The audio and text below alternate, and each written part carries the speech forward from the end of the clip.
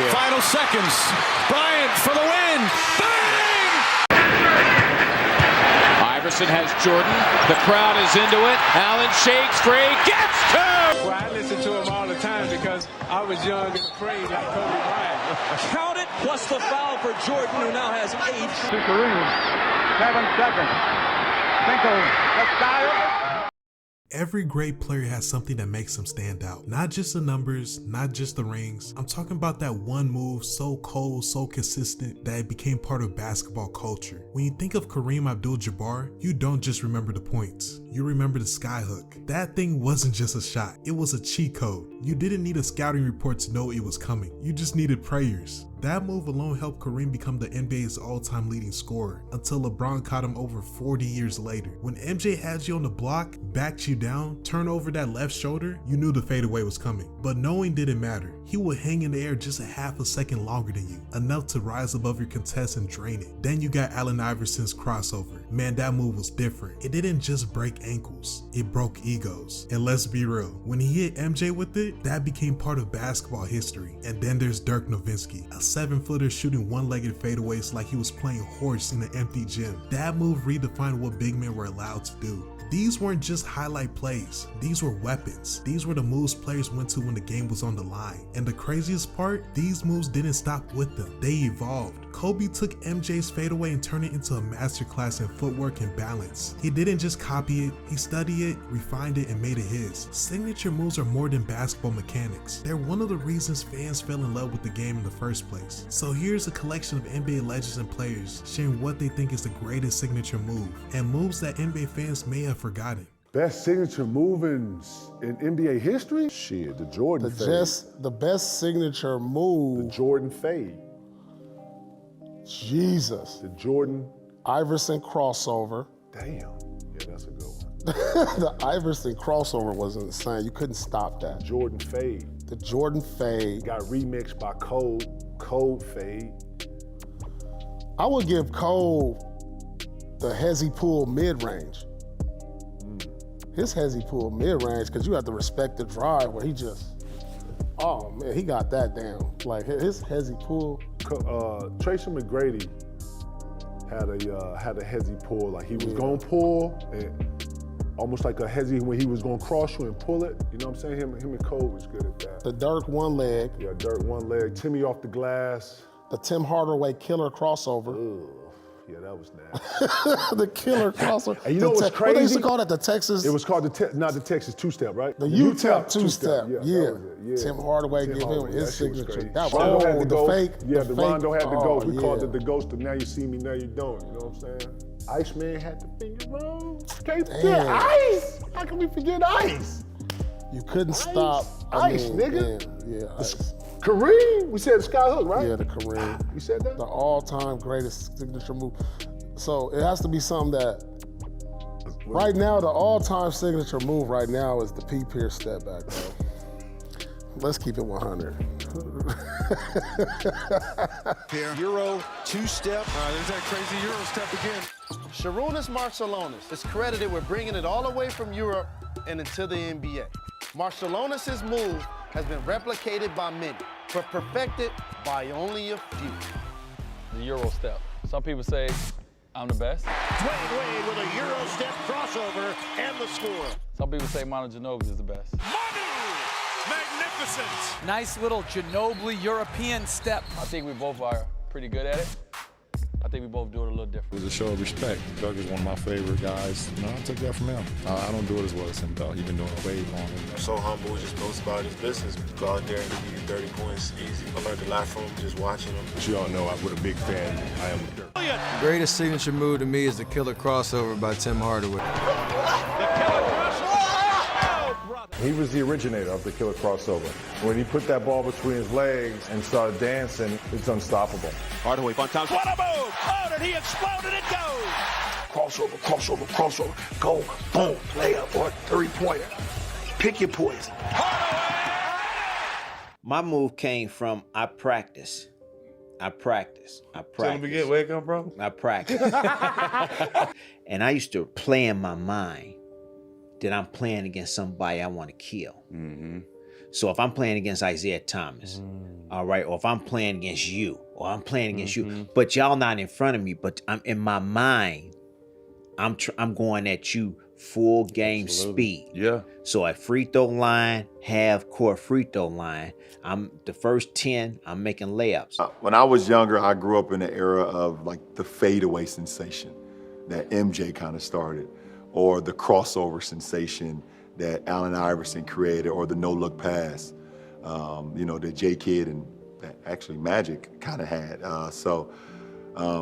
But I never toyed around with the skyhook unless you were playing a game of horse. Is it fair to call that the greatest weapon in the history? Oh, for sure. It's the most unguardable shot weapon that's ever been created.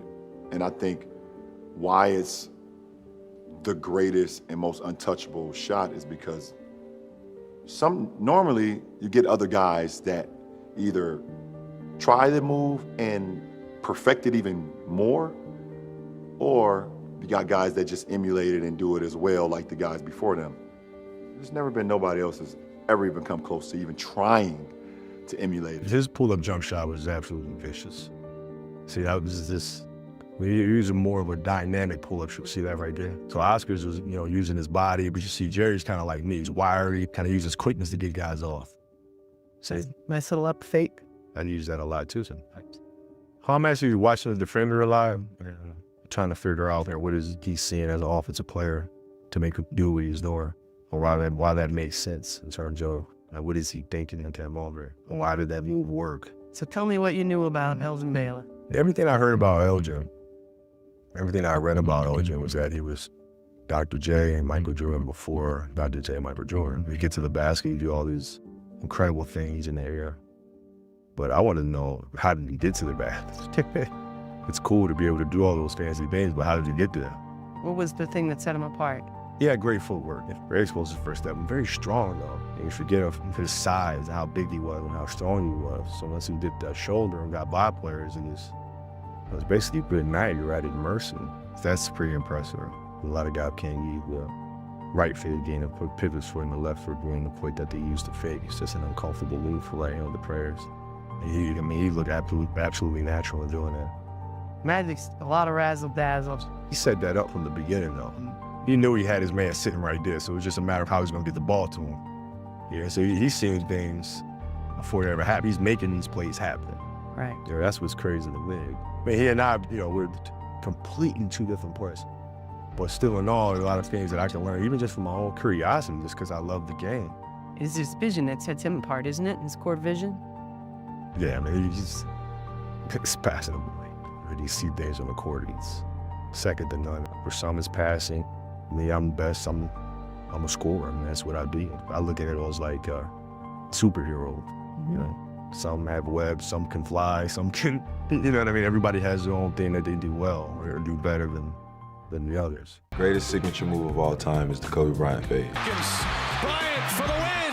Bang! Seconds, 1 second. Kobe pump fake. Kobe for the win. Kobe Bryant. I'm gonna go with Dirk because I'm gonna go with the fadeaway that won me the championship. Nowitzki against Wade, off balance. It's good. What a shot from Nowitzki. Shamgat. Even though he only had a cup of coffee in the NBA, everybody references his move whenever it's done. It's Russell. Just hit him with the God Shamgat, okay. Jamal Crawford has the greatest signature move of all time, the shake and bake. Jamal Crawford, probably his behind the back toe hop. Here comes Crawford in transition. Behind the back, and the finger roll. Hakeem Olajuwon, the dream shake. How about a little dream shake? Fade away. Oh! Hakeem Olajuwon. Oh, and you can't stop him. The greatest signature move of all time would have to be MJ's fadeaway. Michael baseline fadeaway. High archer, good. Oh, the greatest signature move of all time is MJ's fadeaway. I would say the MJ fadeaway. MJ fadeaway jumper. Yes, sir. The best signature move of all time has to be between the Michael Jordan fadeaway or Tim Hardaway's UTEP two-step. Allen Iverson, he got the fattest crossover in the world.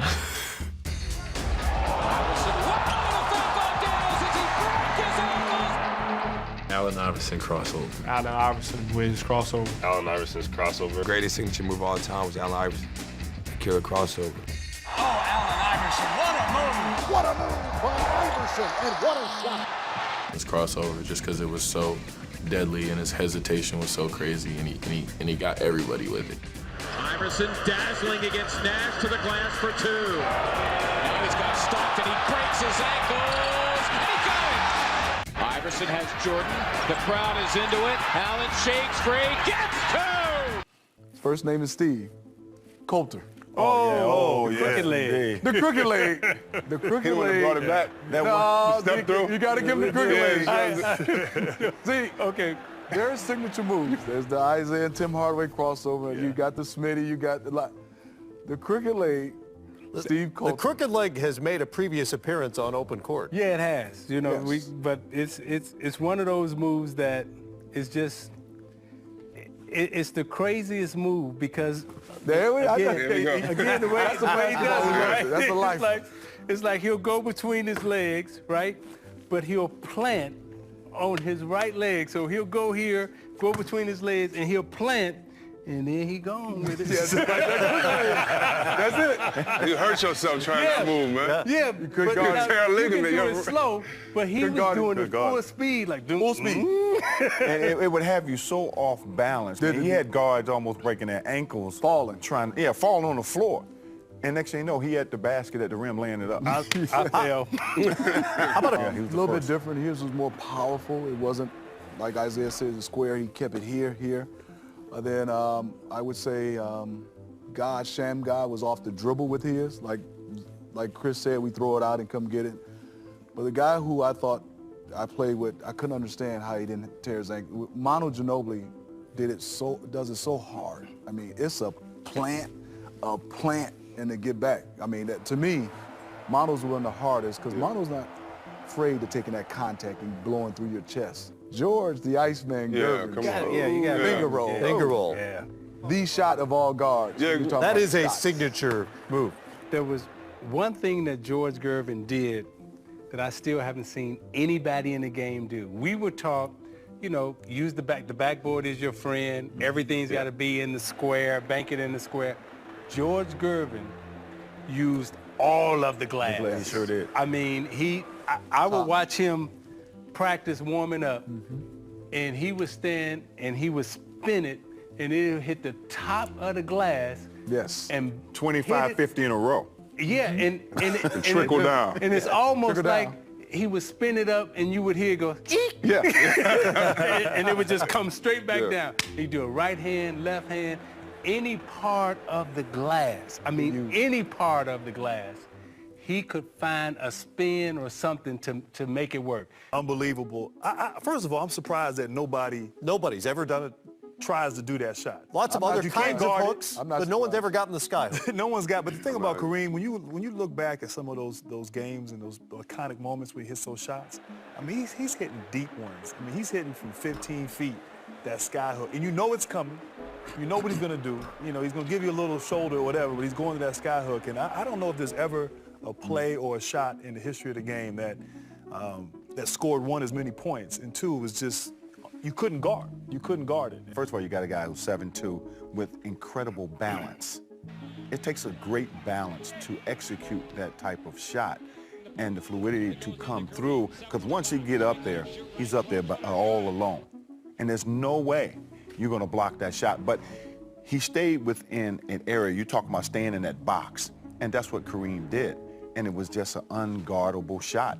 And Kevin McHale, it got to the point where they were calling him a man of 1,000 moves. Could not guard him one-on-one on the box because he had such great footwork, and he did a great job of feeling the contact. And once he felt you, you were done. If the double team didn't come right away, forget about it. He had too much stuff on the box. Akeem, the same thing. Not only was he a very agile guy, but he was super strong around the basket, and he just had an unbelievable feel for the game. I remember the year that David Robinson got the MVP. He was a little upset about that, so he made a statement in the playoffs and basically destroyed it in the playoffs. But it's because of his footwork and the way he worked on his game. Because when he first came in the league, actually when he was at the University of Houston, didn't have great footwork at all. Wasn't a very good scorer. Right. It wasn't until he came in the NBA he developed all those skills. He's the first big man that crossed me over. Yeah. Like I love everybody talking about him on the post, because that's obvious he's going to kill you. You know he's going to turn baseline. Say nothing, Zeke. What's the best move ever? Well. Yeah, you already. Oh, you were there. What's the best move ever? I know it. The best move. Yeah, it's tough. I'll just jump ahead because I'm thinking about all these moves. Yeah, I know it. It's the pump fake. Pump fake. At the end of the day, it's the pump fake. And so last week, you know, just talking and working with my nephews, I'm like, it's the pump fake. And all we did was work on pump fakes. And if you look at all these things, if you can't shoot, your pump fake doesn't work. So Bird with the pump fake. Reggie, all Reggie got to do is like that and blink, and you come in and he'll kick the leg out. The same with the King. All this works because if he gets you here, then he's going up under. It's like having one great move and then being able to work off of that. Pump fake. Chris Gatlin. Remember Chris Gatlin? Chris Gatlin. I probably got $10,000 in fines for going for his. So guys, I hope you enjoyed the video, and tell me, what is the greatest signature move of all time? Or give me your top 3. So make sure you like, share, subscribe, and until next time.